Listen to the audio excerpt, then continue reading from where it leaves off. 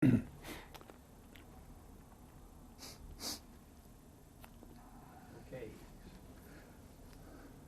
Good morning, Mr. Korn. Good morning. It's approximately 10:30 in the morning on the 15th of October, 2003. This is an interview of the World War II Veterans History Project that's taking place at the Riley County Courthouse Plaza on 4th Street in Manhattan, Kansas. The World War II veteran that we're interviewing this date is Mr. Jackson L. Korn, and I'm Verlin Steinkruger doing the interview, and Oris Kelly is the camera operator. Mr. Korn Jackson was born on the 7th of April in 1923 in Tahlequah, Oklahoma. Jack, would you tell us a little bit about your early life, about your growing up in Tahlequah, where you went to school, your elementary education and high school and education, and your family a little bit? Sure. This gets back in the woods a ways. I went to a little country school called Pheasant Hill. Evidently someone saw a pheasant there one time and named it Pheasant Hill. So anyway, I went to elementary school there. That's in Oklahoma? Yes. Near Tahlequah? It's about 8 miles out of Tahlequah. Then I went to high school at Bagley High School, Bagley, in Tahlequah, Oklahoma. And graduated from high school in about No, I didn't graduate. I quit. Oh, in about what year was I that? went to work in 1942. The E.I. DuPont Munitions Company. Worked there for a while. Which was around Tahlequah? No, it was there? right out of Pryor, about 53 or 4 miles from Tahlequah. So I was a high-paid common laborer there, so I didn't care much for digging those ditches. So I had some friends in a roofing company, Camp Chaffee, Arkansas. So I went to work there. And you worked there, and then I where were you? I worked there until my friends and neighbors selected me for the. They haven't been friends since. So but that was great. Anyway, I ended up with the 8th Lightning Division. Okay, did you got drafted? Yes. And you were drafted in approximately what year was this now? February 1943. 1943. Yes. And do you remember December 7th, 1941? Oh, yes. Where were you? And do you have any? I was in high school then. Okay. You remember hearing about it on a Sunday morning? Yes. And what were your thoughts? Did you, at that time, did you have any idea that, it would affect your life? Oh, yes. like I that? figured I'd be going over to kill a few Japs pretty soon. And But I never got to the Pacific then. They sent me to Europe. So in 1943 you were drafted, Right. and you were reported to where? Fort Sill, Oklahoma. Fort Sill, Oklahoma. And were you married at the time? Oh, no. Okay. Had a girlfriend that you had to say goodbye to, or Oh, I several? had 4 or 5 of them probably. Yeah, that you had to say goodbye to. Okay. And you were went to Fort Sill, Oklahoma. Yes. What were your thoughts when you entered the gates at Fort Sill? Oh, I really didn't think much about it, I guess. I don't know. Were you frightened? No, I've never been frightened of anything. Okay. Did you have some reservations? You weren't intimidated or anything by? No. And you had your processing, Oh, yes. induction processing, you had yes. your physical examination. Oh, yes, of course. And And then you spent how much time at Fort Sill? Oh, gosh, I can't remember. Probably a couple of weeks there before we shipped out And you shipped out Yeah. to, where did you go? to Camp Butner, North Carolina, right outside of Durham, about 15 miles. Okay. And how did you travel from Fort Sill to Camp Buckner, North Carolina? Oh, Did I you think go on a it was bus? A bus, yeah, I think it was. Were there a lot of other recruits on this bus? Oh, yeah, there's a few. Uh-huh. Right. Did you travel day and night? I don't remember whether we traveled there. I imagine we did because there's quite a long stretch there. Yeah. You went to Camp Buckner for basic training. Yes. And tell us about what you thought and did in Camp Buckner. Well, in Camp Butner, they had the 78th Lightning Division there. It was just being activated, Uh-huh. and they were needing a lot of people, so I ended up in the 78th Lightning Division. But you hadn't had basic training then yet. No, we had basic there. There, Right. okay. And tell us a little bit about basic. Did you live in tents or what? No, we lived in barracks. In barracks, Yes. World War II barracks. Right. And how, tell us a little bit about your basic training. Did you head up and march and run for miles and Oh, yes. live in the swamps or In what? fact, we took ranger training. Oh, you did? Oh, yes. What'd that consist of? Tough. It's tough. Tell us a little bit about it, can you? Well, I remember 35-mile forced marches with full field equipment. Really? And Hot? Was it very warm? Hotter than the hinges of hell in North Carolina. Did a lot of people pass out? Oh, definitely. Uh-huh. But Did see, you- I ended up being a medic, so Okay, we want to I'm get a- into that and how Oh, you I'm did sorry, that after yeah. you get Yeah. through basic here. Yeah, did you end up getting sick or having any problems? none whatsoever. Yeah. Uh-huh. Okay, you had a lot of. I was about the toughest nut that ever came out of Oklahoma.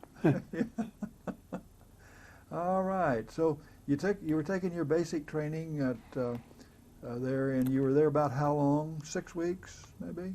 Oh, I ended up being at Camp Butner for 2 or 3 years. Gosh, we were going through all this training, advanced training, and everything else. So Okay, yes. so Mhm. at Camp Butner, they decided you should be a medic, or was this Yeah, by that choice? was decided. I have no idea how they selected me as a medic. I had You didn't make no any, background whatsoever. You didn't make any preferences. No. And tell us about being trained as a medic then. Well, we went through very extensive training. Uh-huh.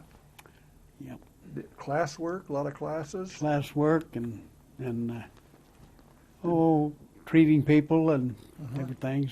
Did they give you some classes in anatomy and Oh, yeah, physiology? anatomy and physiology, yes. Uh-huh. Yes.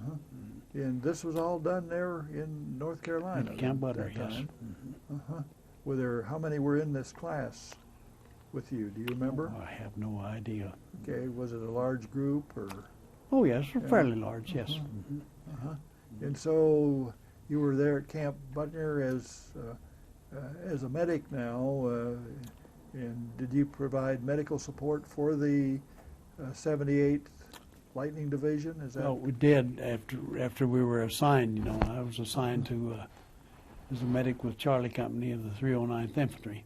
Okay. And so I stayed with them You stayed during with the them. whole war. Okay. Yes. And tell us about that. Then you were with the company. How long was this 309th there with Charlie Company 309th? How long was it at Buckner? And when did you leave? Well, let's see. I don't remember exactly, but I know we went to Camp Kilmer and Camp Pickett. I remember both of those Mm-hmm. before we ever shipped out overseas. Point of debarkation then was Was New Camp- York, yeah, uh-huh. Brooklyn. And you went. You got on a boat, of course, at that time. And do you remember the ship that you went over on? Okay. I can't remember the name of that ship at all. Yeah. Well, was it a large ship? It was a large ship. Oh yes. And were there a lot of soldiers? Oh, they had the whole regiment on there. I Yes. see. Uh-huh. And you were in the medical section of Charlie Company. And did you stay and did you land in England then? And Landed at Southampton. Yes. uh-huh. And then they took us from Southampton to Bournemouth, and we were there for about a month or so. To where? Bournemouth. Okay. That was used to be a resort area before the war. Oh, really? Was it pretty nice? Yeah, right on the beach. Uh-huh. Then from there, How long were you there? oh gosh, I can't really remember. You 6 months probably. Yeah, you were training, of course, and Oh yes, getting ready. getting to- ready for the, the mobilization to go to Europe, go into Europe, and right. Uh-huh. In fact, we sailed from Bournemouth to Le Havre, France. okay. You weren't on any of the initial waves, and it went into France and. No, not Yeah. initial. No, we missed out on that. In fact, when we found out about D-Day, we were out on maneuvers, and we fussed and moaned and groaned, said, "Oh hell, the war's going to be over before we ever get there," you know. Well, there was plenty of it left when we got there. Sure. Okay. You've landed at you say Le Havre, France. Right. Yes. Okay. And tell us about that landing and what you were doing there. And Well, we landed there, and then let's see, I know we went in on, assault craft, what are they called? was that a PT boat? Yeah, similar, not a PT, but Uh-huh. landing craft ramp, drop Yeah. down. Did you have to get into the water? Up to our waists. Is that right? Colder than the engine sack, too. Anyway, they put us on a train then after we got into Le Havre. And we went to, right in Belgium, right around Liège, I think it was. And we stayed there quite a while the buzz bombs were flying over our heads. And then, let's see. Were you taking care of your Charlie company as far as the medical needs are Oh, concerned? yes, sure. I lived with Charlie Company then. Sure. Did you have a chaplain with you? I don't recall. Okay. And you were then there in Belgium for several weeks, or? I can't remember just how long we were there, but I know we jumped off on the Siegfried Line on the 13th of December of 44. You jumped off, you Yeah, say? our first attack. Oh, yeah. Yes. Were you airborne at that time? No. Okay. Just plain old infantry. You got in trucks and went Oh, there? no, we walked. Walked, okay. Yeah, right. How far Gosh, I don't remember. would it be? How many miles would you march in a day? Oh, I have no idea. 25, 30 Oh, miles? sure. We used to, well, of course, this is training in the States. We used to take, Sure. we took Ranger training, and that's 35-mile marches with full field equipment, you know, so. But I didn't mind that, hell. Mm-hmm. I grew up on a farm, and gosh, I could outwalk most anybody. Mm-hmm. Okay, you then are moving up to the Siegfried Line, and did you get into? Is that where you got into some battle there? Oh yes, definitely. We jumped off What first. was your first contact with the action of the war? Yeah, let's see.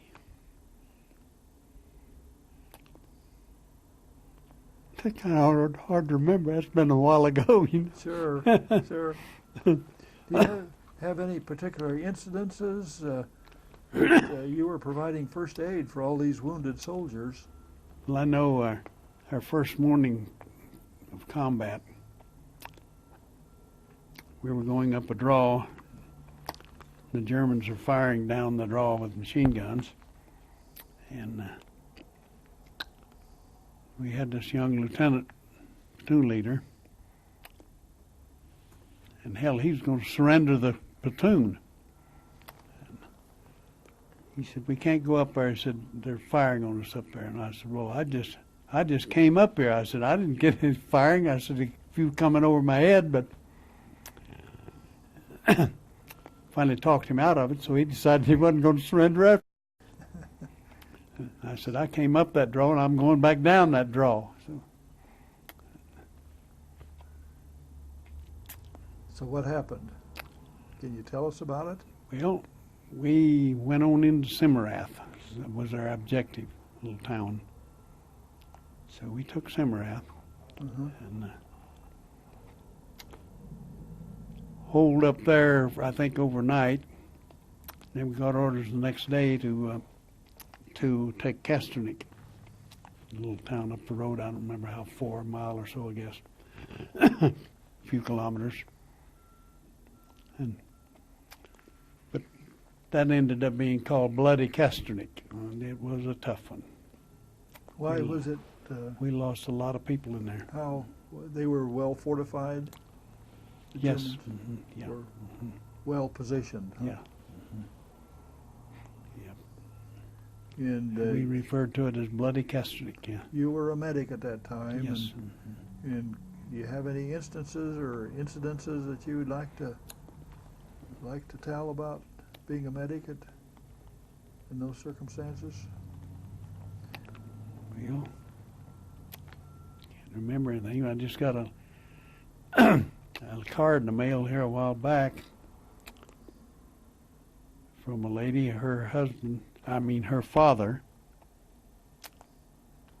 was wounded, and she was thanking me for. She said, "I know you figured it was only doing your job, but."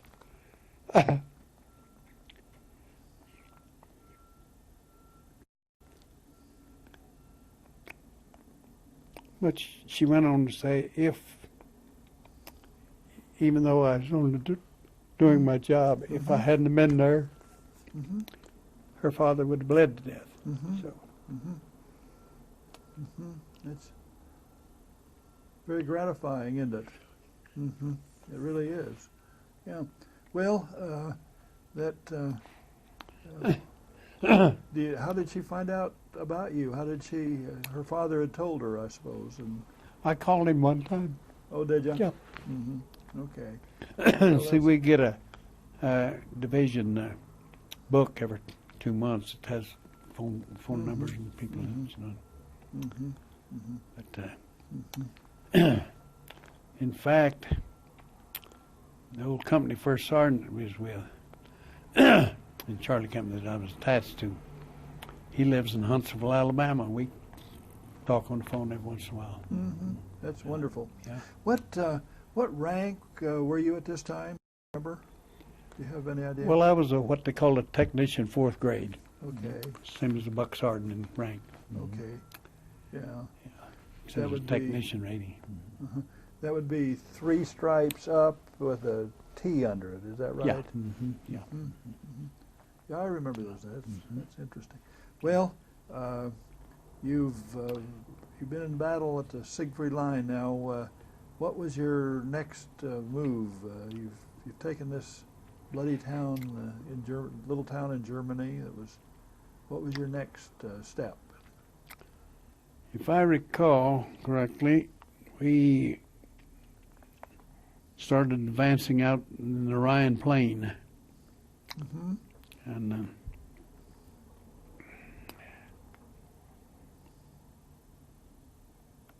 that was all walking across the Rhine Sure. Plain. Now, this is prior to crossing the Rhine? Yes. Yeah. Okay. As I recall, we were moving up at night, and there was a bunch of tanks along there, our tanks. Friendly tanks, okay. Yes. And all of a sudden, I walked up beside this one tank, and I looked at the thing. I had a gun barrel 20 feet long, looked like. Man, what the hell? This is a German tank. I thought he had infiltrated our Oh, yeah? column, you know. Man, I went running back, find the platoon leader. I said, "There's a damn German tiger in our column. Did you know that?" And he said, "Oh yeah, Jack Donig had decided." He said, "We captured it. We're taking it back for research." So, sure shook me up there for a minute. They hadn't informed anybody. No, they had mentioned it, see. Oh, really? How interesting. Yeah. Uh-huh. And so you were advancing over to the Rhine at that time. Yes, we were across the Rhine Plain, yes. Yeah. Did you cross the Rhine then? Yes, yeah. Can you tell us about crossing the Rhine? Did you on a bridge? Yeah, there was a railroad bridge was still intact, and we crossed on that. You crossed on that on rail cars? Oh no, we crossed on foot. On foot. Yes. Okay. And we got across there, and then there was quite a mountain there. Some people might call it a hill, but I called it a mountain. Looked big. Yeah. Anyway, we swung around on that and took that hill, Uh-huh. and I will always remember that we got up on top of that hill, and they gave orders to dig in, and I saw this fresh dirt there, and I thought, well, it's a shell hole, you know, and it'd be some good digging there. I'll start digging. See, I get my shovel out, and I hit something metallic. See, and I said, whoa, this is not right. I told a little Dustin there was a 280 millimeter shell in there. It hadn't exploded. It just stuck and went in the ground. Boy, did I get out of there in a hurry. Oh, really? Because that thing could have exploded any time. Uh-huh. So I whipped out some bandage and put some sticks or something up around it to mark it, you know, so nobody else would get in there. Sure. Uh-huh. So then where did you move on from the... Well, we moved on from there alongside the Rhine. Then we cut the Autobahn, the superhighway to it. I remember cutting that. Mm-hmm. We got across that, and let's see, it was late in the evening. And then we got into one hell of a battle across that Rhine, and that went on into the night. So then the next day we moved out, and it was pretty good sailing then. We walking sailing, I said. Yeah, right. Yeah. But, yeah, I always say I walk clear across Europe. Okay. Did you have any other battles that you went? Well, we got in the Battle of the Bulge in the Hurtgen Forest. That mhm. was a tough one. Yeah. Yeah. In which forest now? Hurtgen Forest. Huertgen, Hurtgen Forest. It's in forest. It's a real thick forest. And, Can you tell us about any of your experiences there? well, we lost Captain Weed there. He was our company commander. He was killed. Mm-hmm. And Was this by direct enemy rifle fire, or was it? I don't remember whether he was killed by rifle fire or probably by mortar shells, because they were mortaring the hell out of us. Mm-hmm. And in fact, platoon leader and the platoon sergeant and myself was going over a map. We were supposed to get orders to move out, and we were going over this map, and there was a tree burst in the pine trees right above us. Mm-hmm.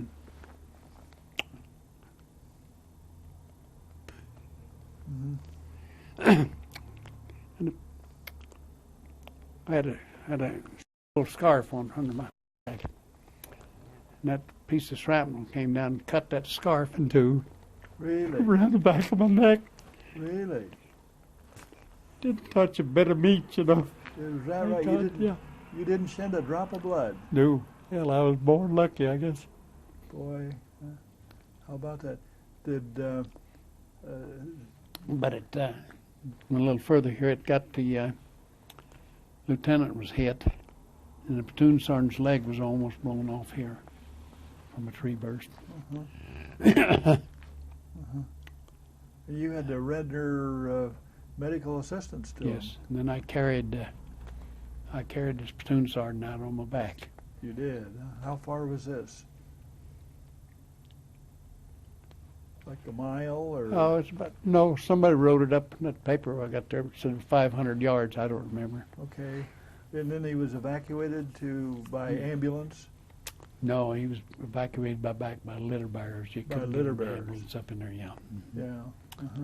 And they evacuated him to a field hospital then, or Oh, then back to the battalion aid station. the battalion Yes. aid station? Yes, and Uh-huh. from there on back into the chain of evacuation. And then by ambulance from the battalion aid station back to the field Well, it'd have been by jeep. Yeah, hospital. yeah. Didn't have any ambulances up in there. Uh-huh. Okay. Anyway, when we were taking off that morning after I'd got my scarf cut to. Mhm. I saw this little medic from B Company, Hard, an Indian from one of the Dakotas. And let's see, what was it? I can't remember what I said to Hard. I said, we better speed it up here a little bit. I said, get out of this fire. He said, hell, we might run into it. And I said, well, that's a possibility too, you know. Yeah. Uh-huh. So, But I remember right after that, I stepped over a log, a blown down tree, mhm. small tree. And just as I put my foot over there, I saw this damn tripwire. So I withdrew that foot and hurried.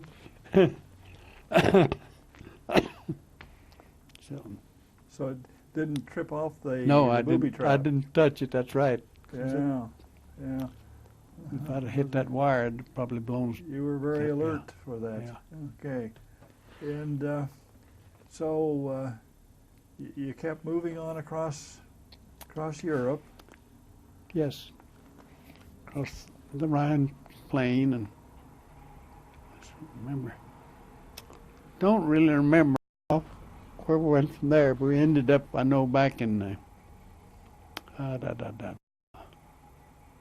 remember the name of that town somewhere.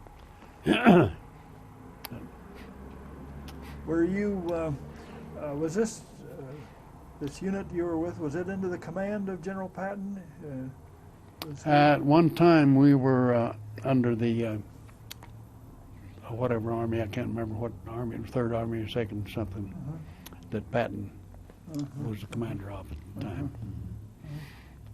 Did you But I meet never- any famous commanders over there? Did No. anyone ever come through? And then, where were you when VE Day occurred? Were you in Europe at that time? No. We were in the States. That's why I said we figured the war was going to be over and, Yeah. and Okay. we wouldn't see any combat. And I said there was plenty left when we got there. Did you get over to meet any of the Russians at any time when? I ran into a few Russian DPs, displaced persons, but that's Uh-huh. all. What was your reaction in some of these small towns with the native German people when you were going across Europe?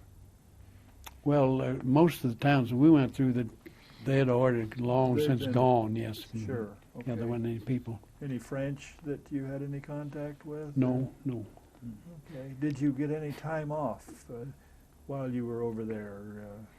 Did you get any time off? Did you get a chance to go to Paris at all? Yes, I went to Paris and Can you that tell was us about toward that? the end of the war.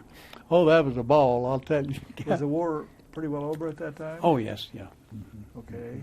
Well, I wouldn't say it was all over with, but it was getting winding down. And but anyway,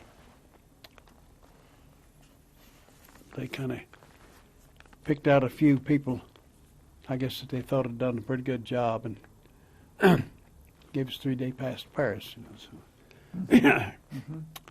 So I chased the girls for 3 days pass. Oh, really? Yeah. Oh Yeah. God, yes. Yeah.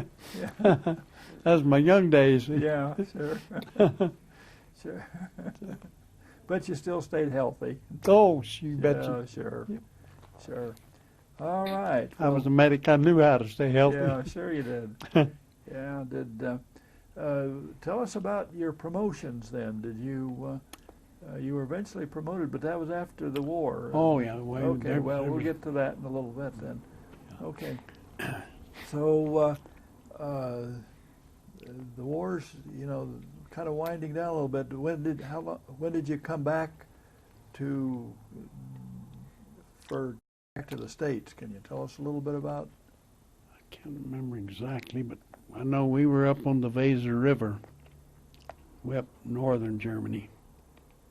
What had you been doing over there, up there? Well, I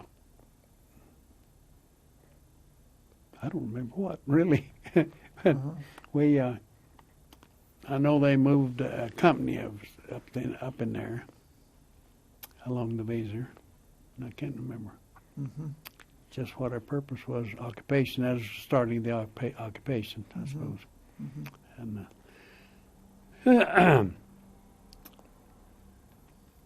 And that was where I decided to re-enlist. They came out with this deal where you could re-enlist for 6 years and have a 90-day leave and go back home. So I thought, that sounds good to me. So I re-enlisted for 6 years and got shipped back to the States. Oh, they shipped you back to the States? Oh, yeah. Did they give you a promotion at the time? Oh, or? no.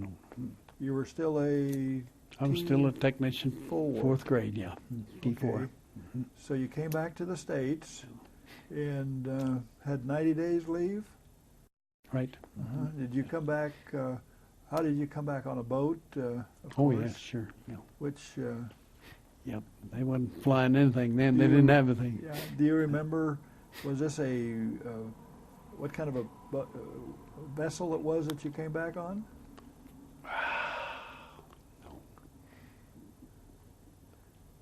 Well, I know it was a big one and had a lot of troops on it. So, so you landed in New York oh, yes, sure. and then came back to Oklahoma, did you, or on that 90-day leave? Let's see. When did I come back?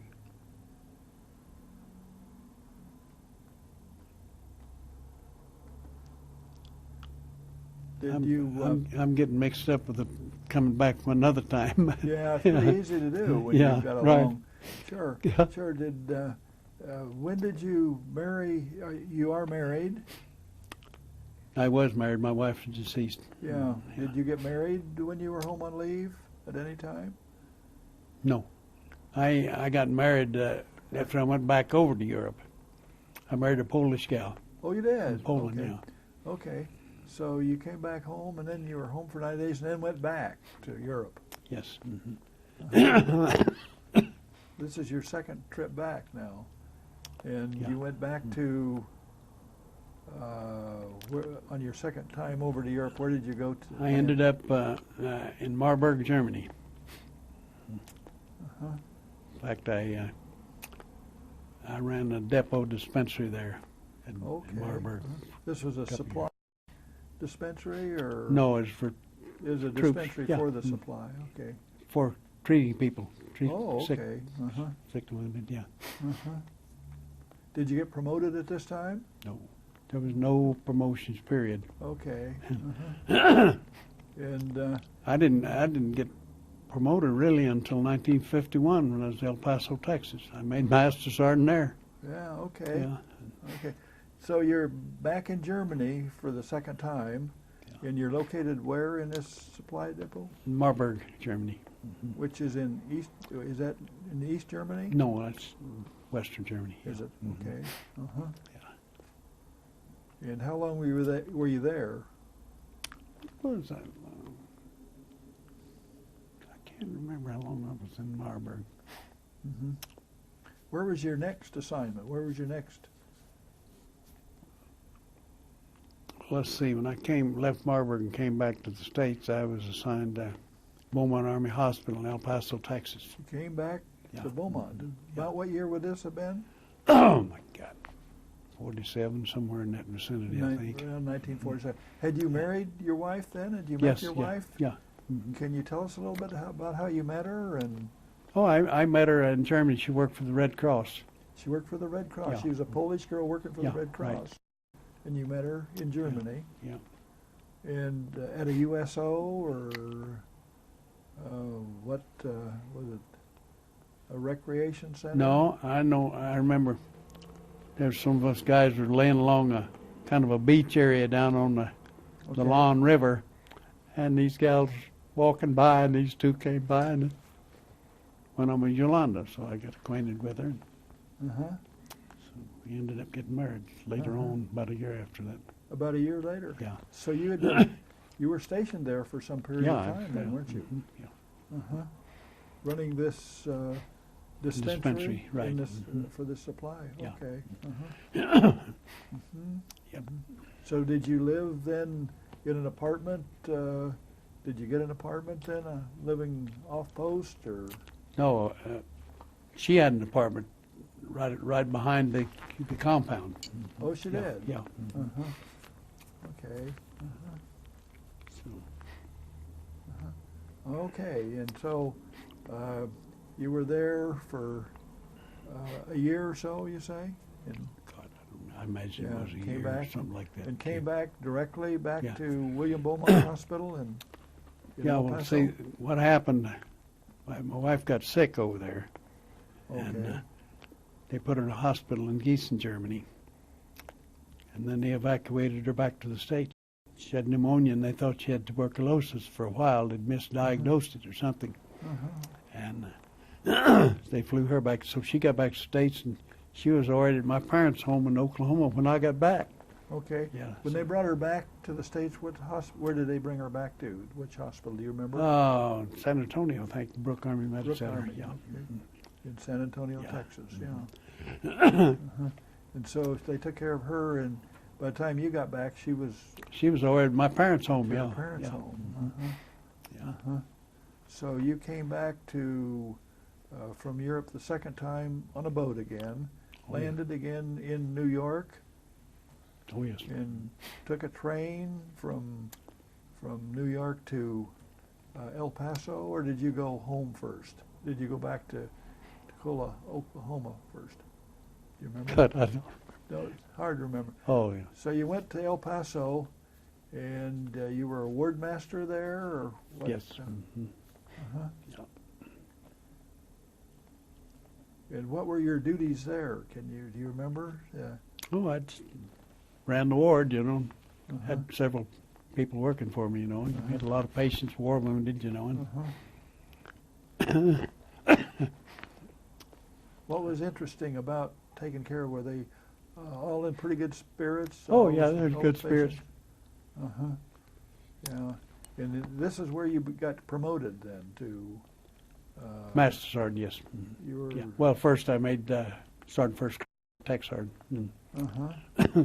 then about a year later they promoted me to Master Sergeant in '51. Uh-huh. And then you eventually became Command Sergeant Major. Well, they came out later years in the '50s, the super grades, he called them, Uh-huh. and they had E8 and E9s. Uh-huh. And this was still at El Paso in William Beaumont? No, not then. That was later on. Okay. How long were you at William Beaumont in El Paso? God, I was a homesteader there almost. I was there until I got orders for Korea, in I think about 6, 7 years. Oh, were you? Mhm, Uh-huh. Yeah. Uh-huh. You were well situated then. Oh, yeah. And you and your Polish bride were living in El Paso, or were We you had living lived- on post? Living on post, yeah. Living on Yeah. post. Did you have some family there while you were stationed there? Any of your children? Do you have children? No, we didn't have any children, no. Okay. Okay. We, well, I'm sorry, my daughter, we had one daughter, yeah. Uh-huh. And she was born at El She Paso? was born at Beaumont Army Hospital in El Paso. Yeah. Okay. Uh-huh. Yeah. And you were there for approximately maybe 7 years then. Yeah, in El Paso, yeah. And then you were sent where? To Korea, did you say? Right, I got orders for Korea, and I ended up, they pulled me off in Yokohama, pulled me off and sent me to Sasebo, Japan with 65 men to take down there. And so then I ended up, ended up being the first sergeant of the Army Hospital in Sasebo. Oh, Yeah. okay. Uh-huh. How long were you there then? Well, let's see, I was there almost 2 years before Were I came you? back. Yeah. Was that a fairly large Army hospital that you were first sergeant? Oh, yeah, Uh-huh. Yeah. Taking care of all kinds of injuries and right. wounds and Were these wounds that had occurred in Korea that Yes, were being right. Mhm. evacuated back? Yeah. And- Mhm. Can you tell us any instances of patients there taking care of? Anything you can tell us about? Well, I didn't have a whole lot to do with the patients there because I was first sergeant and I was Pretty much administrative. stuck in the ordering room then. Pretty much Yeah, administrative, yeah. yeah. Making a lot of decisions and assignments and, uh-huh. Yeah. Yeah. And so you were there for how long did you say in Japan? Almost about 2 years, I 2 guess, yeah. years. Uh-huh. Then I figured, well, I better get Korea under my belt. Uh-huh. So I'd probably get orders by the time I got back States, so I put in for a transfer to Korea. So Uh-huh. I only had 6 months left to do, so I did that as the first sergeant of the 21st Station Hospital in Busan. Mm-hmm. Now your Polish bride is still back in Oh, she's back in the States, yeah. in the States yet, Yeah. in El Paso? Did Yes. she stay at El Paso? Yeah. Okay. And you were then assigned to Korea for how long? Well, I had orders for Korea, but I ended up in Japan. They pulled me Yeah, off in Yokohama. Yeah. But then you said you went to, Well, later on, when I decided Yeah. I better get Korea under That's my right. belt, so I yeah, put in for a transfer to Korea. And you were there how long? Well, a little over 6 months. Okay. Came back to the States. Came back to the States Yes. to El Paso again? Yes. Uh-huh. Yeah. And you stayed in El Paso the rest of your military career? No. Let's see. Where the hell did I go from there?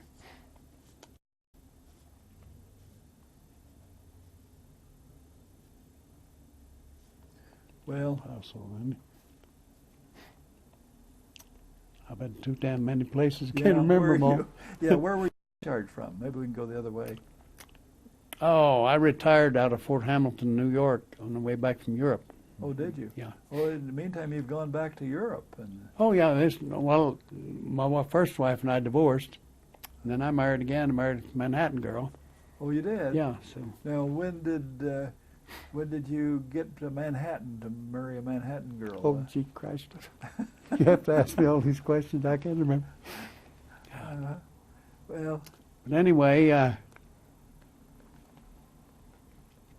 see, I got custody of my daughter okay. way back long ago. So then I married Dorothy from Manhattan, Uh-huh. and then in '63 I got orders for Europe again. In '63, you went Yeah. back to Europe. So From and then you remember where you were stationed in '63 to get orders? To go to yes, I Europe? was at Munich Army Hospital in Munich, Germany. Oh, you were okay. Yeah. Uh-huh. Actually, Second Field Hospital, but we referred to it as Munich Army Hospital because we were in a permanent building Uh-huh. there. Sure. And, Uh-huh. And, but we were a strike unit, and ready to go at any time. And sure. in This fact, was- we had all of our equipment pre-positioned over in France. This was in '63 when, where the Russians were kind of threatening. Oh at yeah, that yeah, time, sure. weren't they? Yeah, Uh-huh. yeah. Uh-huh. Did you have a lot of field exercises at that time, or was your hospital so large that you didn't really get No. involved in field? No, Did you have mass casualty drills and oh yeah, a sure. lot of drills for Right. that? Uh-huh. And were you the command sergeant major at that time? Yes. Uh-huh. Uh-huh. Well, That time it's just called the Sergeant Major of the Army Hospital. sure. Uh-huh. Did you have to travel around to a lot of different units around Germany? And Yes, we had units around. I had some down at Birch's Garden and around in there. Those yeah. are good places to go, you know. In Sure. fact, the hospital, we had a nice apartment down in not in Birch's Garden, but I can't remember the damn name of it now. Yeah. Anyway, down in the resort areas. Uh-huh. And if you wanted to, you could sign up for that apartment, go down there and spend a weekend, you know. Uh-huh. Hell, nobody ever wanted to sign up for it. And I used to go down there once in a while myself, stay. Sure. Okay. Uh-huh. Well, how did you meet your wife from Manhattan? And did you get back to Manhattan at one time? Well, that was after my first wife and I divorced. Yes, right. So, and then later, I don't remember how long it was, but anyway, I met Dorothy here in Manhattan, so. Uh-huh. You had been back here visiting, or? No, I was stationed back at Fort Riley. Oh, you had been, Yeah. okay. Tell us about how you got stationed at Fort Riley. God, I don't know. I just got orders for it. Yeah. Where were you at the time? When you... Well, let's see. What was I? About what year did you come to Fort Riley? Do you remember? God, I believe it was 1954. 1954? I think it was, yeah. Okay, and were you assigned to the Irwin Army Hospital at that time? Yep. And It was the old station hospital strung along the sure. highway there. Camp Woodside. Yeah. Sure. Uh-huh. Uh-huh. Yeah. I'll never forget when I came in there, Major Starcher was a personnel officer. He said, "Just what I need's another first sergeant." He said, "I don't know what in the hell I'm going to do with you." So then he said, "Do you get along with women?" I said, "Women are my specialty." He said, "Got just a job for you then." So I went out to Camp Funston. They had a physical exam center. And they were discharging a lot of troops, and he said, "I'm going to let you go out there and honcho that place." And he said, "Now watch those women." I said, "I will. I'll watch them every minute." So Uh-huh. Okay. now I stayed there until I guess the Big Red One came in, so I ended up in the Big Red One, and Uh-huh. So you were a member of the First Division. That's Oh, yeah, interesting. yeah. Huh? Mhm. And then where did you, when you left Fort Riley? Fort Riley was about what year? You 55, 56? Let's see. No, it'd be 60. Be in the 60s, wouldn't it? So I know I left. I got orders for Iceland in '59, Uh-huh. early '59. Oh, okay, in 59. So I spent a year in Iceland till they deactivated the combat team I was with, and Mm-hmm. came back. And where did I go from there? Oh, yeah, you've really been around a lot of Oh, places. God, yes. Yeah, uh-huh. Yeah. Makes it hard to remember. And then so, Of course, you get to be 80 years old, you can't remember anything anyway. yeah. So then, You know, I've got CRS, you know, can't Yeah. remember shit. you were, you ended up back at Fort Hamilton, New York, which, I retired there. See, I You put in for my retired there. retirement, yeah. yeah. My wife's But- father was living at the time here in Manhattan, but he Uh-huh, was in poor health, uh-huh. and she was afraid she wouldn't get to see him anymore. Uh-huh. So I put in for my retirement over there Uh-huh. and retired at Fort Hamilton on the Oh, way yeah. home. Yeah, well, that was the chaplain's headquarters, wasn't it, at that time, at one time? Gosh, I don't maybe? know. Yeah. Uh-huh. I know I had to. They called me out and said some major wanted to see me. I said, "What the hell for?" And they said, "I don't know, go find out." And so I went and reported in to him, and he said, he was grinning like a fool, you know. He said, "Sergeant Major," said, "there's one thing I got to ask." He said, "You're authorized to parade, a retirement parade." He said, "Do you want it?" I said, "Do I want a parade?" I said, like a hole in the head. I said, "I've been through too many parades now." He about cracked up. He said, "Good enough." So that was that was where you were discharged. And how many years did you have in service then? Oh, I think 23 and a half, almost 24, yeah. Well, good for you. Yeah. What service medals and ribbons and so on and so forth did you have? What awards did you receive throughout your career? Well, in World War II, I got the Silver Star. Mm-hmm. That's the nation's Congratulations. third highest award. Mm-hmm. Then I got the Bronze Star with the V V device for valor. Very good. And commendation ribbon, no, a bunch of junk. But- It all hangs above my desk now in a frame. Well, you nearly got the Purple Heart, didn't you? It was very close. And, Yep, I never got the Purple Heart though. well, it was Yeah. when that piece of shrapnel swiped that Oh, yeah, scarf right. off your neck. That's pretty close. Well, I got another one. I jumped over a Okay. I jumped over a log one time. There was a machine gunner cut loose on me. Yeah.